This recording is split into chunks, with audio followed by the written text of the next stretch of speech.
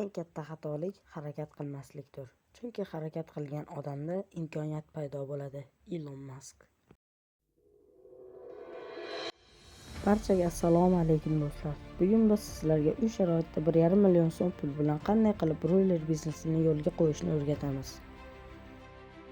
Biz birinchi o'rinda 50 ta broiler uchun joy tayyorlaymiz. Uning uchun bizga uzunligi 5 metr, eniga esa 2 metr joy kerak.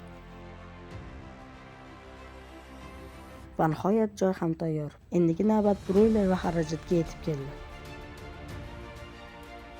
Broiler jo'jalarini bir haftalikni xarid qilamiz. 50 dona.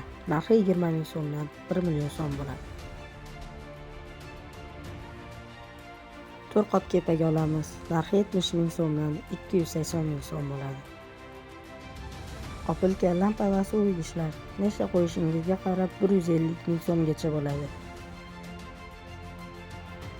Elektr, suv va boshqa narsalarga 50 ming so'm sarflaymiz. Jami xarajat 1 million 450 ming so'm bo'ldi.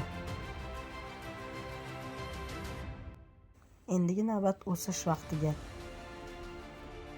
50 ta broiler 40 kun ichida har biri o'rtacha 2,5-3 kg atrofida bo'ladi.